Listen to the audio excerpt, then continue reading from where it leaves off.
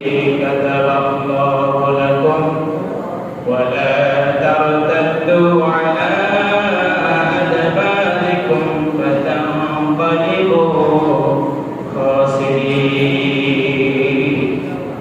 যে ফিলিস্তিন এখন মুসলমানের রক্তে রঞ্জিত, যে ফিলিস্তিন মুসলমানের শিশুদের রক্তে রঞ্জিত, যে ফিলিস্তিন মুসলমানের নারীদের রক্তে রঞ্জিত, যে ফিলিস্তিন নাবালক শিশু নারী পুরুষের আপনার রক্তে রঞ্জিত, এই ফিলিস্তিন পরীক্ষা দিচ্ছে।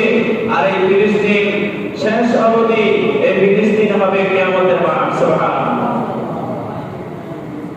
আমরা যে কিয়ামতের কথা শুনতে পাই, আল্লাহ রাব্বুল আলামিন কিয়ামতের মাঠ কায়েম করবেন। বর্তমান যে গাজা ইসরায়েল যে হামলা চালাচ্ছে, রক্তে রঞ্জিত করতেছে পবিত্র এই মাটি সম্পর্কে আল্লাহ রাব্বুল আলামিন ঘোষণা দিয়েছেন, ইয়া কওমি দুখুলুল আরদাল মুকদ্দাসাতাল্লাতী কাতাবাল্লাহু লাকুম ওয়া লা তারতাদু আলা আদবারিকুম ফাতানকালিবু খাসিরিন।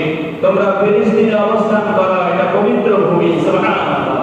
হে আমার জাতি, তোমরা ফিলিস্তিনে অবস্থান করো, এটা আমার মাটি, এটা এই মাটিকে আমি পবিত্র করেছি।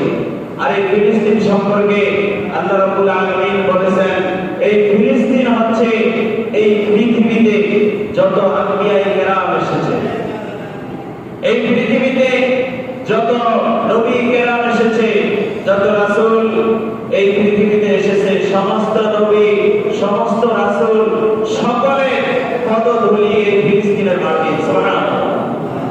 এই ফিলিস্তিনের মাটিতে এমন কোন জায়গা নেই যেখানে একজন নবী কদম মোবারক পড়ে নাই।